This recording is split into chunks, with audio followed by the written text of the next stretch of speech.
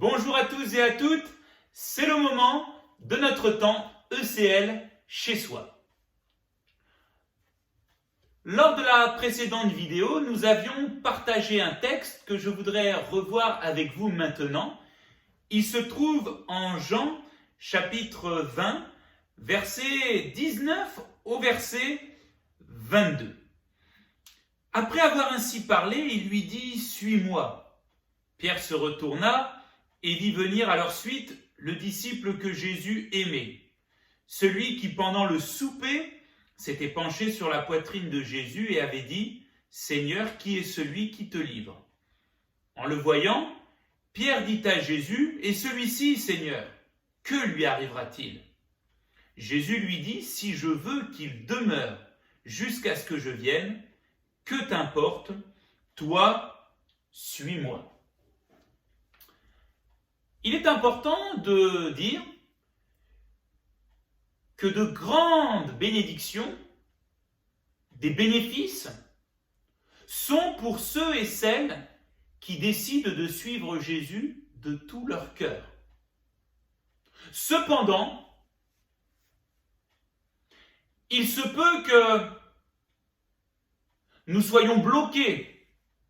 Il se peut que nous hésitions à suivre Jésus pour différentes raisons. Et nous passons malheureusement à côté de ces bénédictions et de ces bénéfices. C'est ce que Pierre était en train de vivre. Jésus lui dit « Suis-moi ».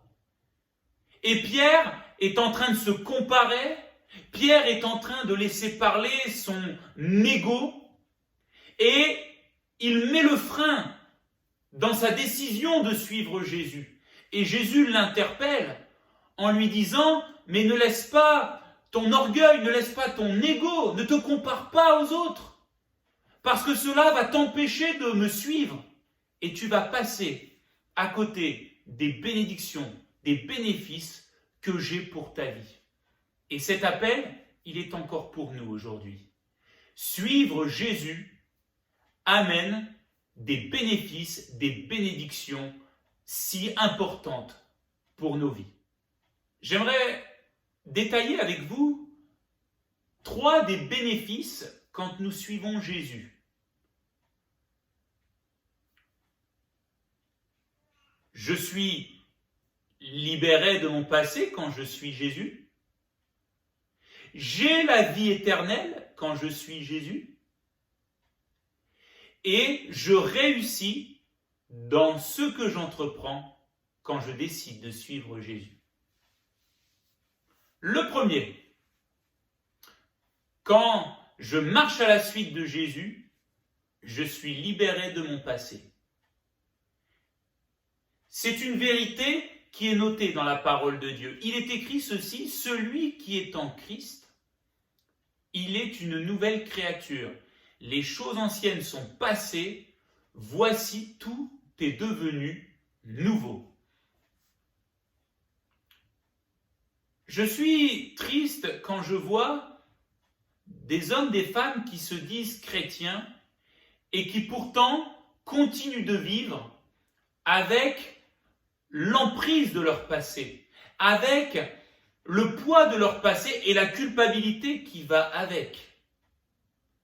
La Bible ne se trompe pas, Dieu ne se trompe pas. Il dit que quand nous décidons de suivre Jésus, il y a une rupture qui se fait entre notre passé et notre vie maintenant avec lui. Le terme qui est utilisé va encore plus loin. Les choses anciennes sont passées. Littéralement, les choses anciennes, notre passé est voué à l'interdit.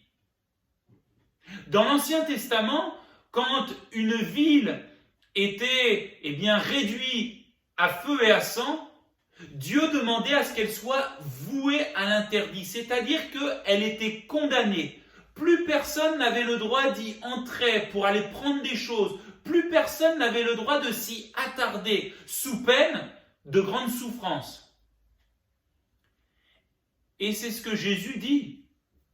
Celui qui le suit, celui qui s'engage avec lui, eh bien son passé, qu'il ait été dramatique, violent, terrible, son passé aujourd'hui est voué à l'interdit, c'est-à-dire qu'il a été mis de côté, il a été condamné, il a été, interdit d'accès, et nous n'avons plus à y aller, nous n'avons plus à nous laisser, gagner par la culpabilité de ce que nous avions fait autrefois. Non, nous sommes, par Jésus-Christ et par la puissance de son esprit, libérés du poids de notre passé.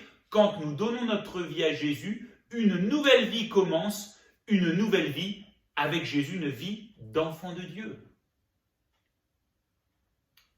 Deuxième bénéfice, quand je marche avec Jésus, je suis au bénéfice de la vie éternelle. Qu'est-ce que c'est que la vie éternelle? Beaucoup croient que la vie éternelle, c'est la vie après la mort. Que la vie éternelle, c'est quand nous serons au ciel. Cela en fait partie. Mais si nous croyons que la vie éternelle, ce n'est que après notre mort physique, notre vie sur terre va passer à côté de grandes choses. La Bible nous enseigne que la vie éternelle, c'est la qualité de vie que Dieu a dans sa gloire, dans sa puissance, dans son règne de toute éternité, et qu'il a décidé de donner à chacun d'entre nous qui voulons le suivre. Cette vie éternelle, au commencement, nous dit la Bible, l'homme et la femme l'avaient. Mais cette qualité de vie a été perdue, a été détruite quand l'homme et la femme et quand le monde entier a ouvert son cœur au péché. Et Jésus-Christ est venu avec cette vie éternelle, avec cette qualité de vie que Dieu a. Il est venu pour nous la remettre en lumière et il est venu pour nous l'offrir. Et à quiconque accepte Jésus, il reçoit la vie éternelle, il reçoit la qualité de vie que Dieu a. Qu'est-ce qu'il y a dans cette qualité de vie? Il y a la paix, il y a la joie, il y a l'amour de Dieu, il y a la bonté de Dieu, il y a le pardon de Dieu, il y a la consolation de Dieu, il y a la bienveillance de Dieu. Mais aussi, et j'ouvre une parenthèse, il y a la sainteté de Dieu. La vie éternelle et la sainteté de Dieu. Qu'est-ce que c'est que la sainteté de Dieu? La sainteté de Dieu, c'est que Dieu est complètement détaché, libre de tout péché et de tout mal. À l'inverse, nous qui ne sommes pas en Jésus, nous sommes liés et attachés au péché. Mais Dieu, lui, il est en rupture totale avec le mal, avec le péché. Il n'y a pas de mal en lui. Il n'y a pas de péché en lui. Tout ce que Dieu fait est juste et pur et bon. Dieu n'est pas, sous le joug du péché. Au contraire, le péché a été, vaincu par Dieu. Et Dieu nous propose, quand nous suivons Jésus, il nous propose sa sainteté. Ce qui veut dire qu'il nous libère du péché, de l'influence du péché, et il nous amène dans une vie où notre désir est de faire ce qui est pur pour Dieu, où notre désir est de faire ce qui est bon pour Dieu, où notre désir est de nous éloigner de ce qui est mauvais, malsain, impur. Toutes ces choses, nous n'en voulons plus pour vivre ce qui est saint, ce qui est bon, ce qui est agréable à Dieu. Je voudrais vous donner l'image de ces deux animaux qui m'a toujours parlé. Le premier, c'est l'animal qui est appelé le porc, le cochon. Un animal qui, quand vous le laissez dans la nature, il va toujours se vautrer dans la boue, dans la crasse. Il aime ça. Et vous aurez beau le retirer de la boue, le nettoyer, lui faire une petite beauté et le relâcher dans la nature, il ira à nouveau s'encrasser. Par contre, vous prenez un agneau, un animal qui veille sur lui. Et cet animal, quand il lui arrive à un moment donné peut-être de mettre la patte dans un endroit où il y a de la boue et qu'il se salit, immédiatement, il va se nettoyer sans que personne vienne l'aider. Il va se nettoyer. Et en tant qu'hommes et femmes chrétiens qui suivons Jésus, autrefois nous étions des hommes, des femmes qui aimions courir dans le péché. Mais aujourd'hui, nous aimons marcher dans la sainteté de Dieu. Et s'il nous arrive malheureusement de chuter, eh bien, notre premier désir est de nous nettoyer en demandant pardon au Seigneur et en venant à lui de tout notre cœur. Troisième bénéfice, nous réussissons dans ce que nous entreprenons quand nous suivons Jésus. Alors, je vois déjà certains qui vont se dire « Ah, la réussite !» C'est vrai que nous parlons beaucoup de réussite personnelle aujourd'hui dans nos milieux chrétiens. Mais moi, je voudrais vous parler quelques instants de la réussite selon Dieu. Laissez-moi vous lire ce texte que nous trouvons dans la Bible, dans le livre de Josué, où il est écrit ceci. Dieu va parler à son serviteur qui prend la suite de Moïse et il va lui dire ceci. Ce livre de la loi ne s'éloignera pas de ta bouche. Tu y méditeras jour et nuit pour observer et mettre en pratique tout ce qui est écrit, car c'est alors que tu mèneras bien tes entreprises, c'est alors que tu réussiras. Ne t'ai-je pas donné cet ordre? Fortifie-toi et prends courage, ne t'effraie pas et ne t'épouvante pas, car l'Éternel ton Dieu est avec toi partout où tu iras. Quand nous disons que suivre Jésus amène une réussite dans ce que nous entreprenons, ce n'est pas une réussite personnelle qui va entraîner orgueil, fierté, peut-être même qui va essayer d'attirer les regards sur nous. Dieu ne recherche pas notre réussite personnelle, privée, mais Dieu recherche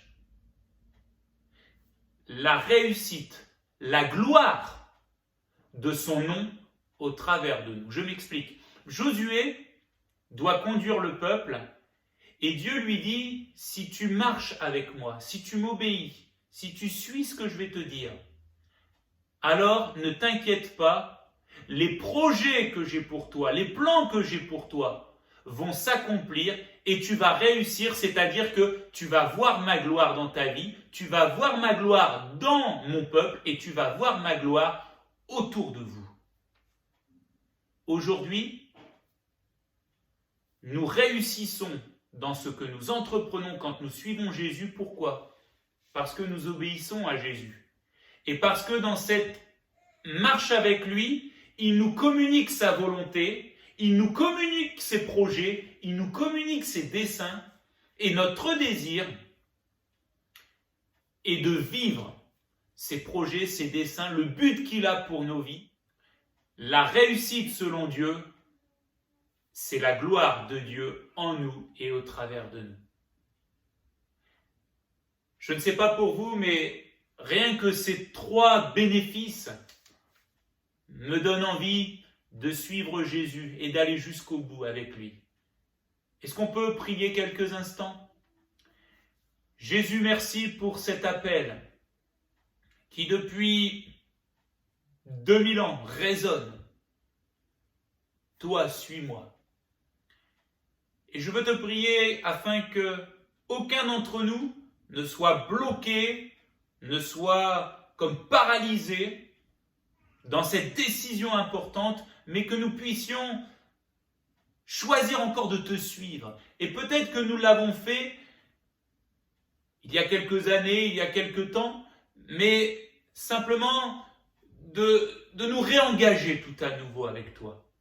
Oui, tous les jours, c'est comme un nouveau jour où nous disons « Seigneur, je veux marcher avec toi, je veux te suivre, je veux encore marcher dans tes pas. » Merci pour ces bénéfices et je prie pour que il puisse encore se manifester dans nos vies, dans la vie de celui ou de celle qui écoute, qui voit cette vidéo et qui prend cette décision de te suivre, afin que le passé soit maintenant fermé, voué à l'interdit, que la vie éternelle, ta sainteté vienne dans nos vies, dans nos cœurs, et que Seigneur, nous puissions réussir selon ton cœur, c'est-à-dire que ta gloire, ta volonté s'accomplisse en nous et au travers de nous.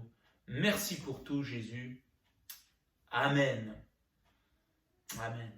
Amen, ça veut dire qu'il en soit ainsi et c'est mon désir pour chacun d'entre nous. Pour terminer,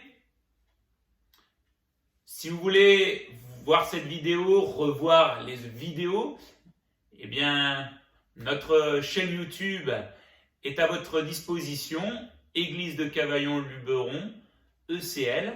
N'hésitez pas à liker, à commenter. Si vous avez des questions, soumettez-les-nous dans les commentaires. En tout cas, que le Seigneur vous bénisse et on se retrouve très vite. Allez, à bientôt.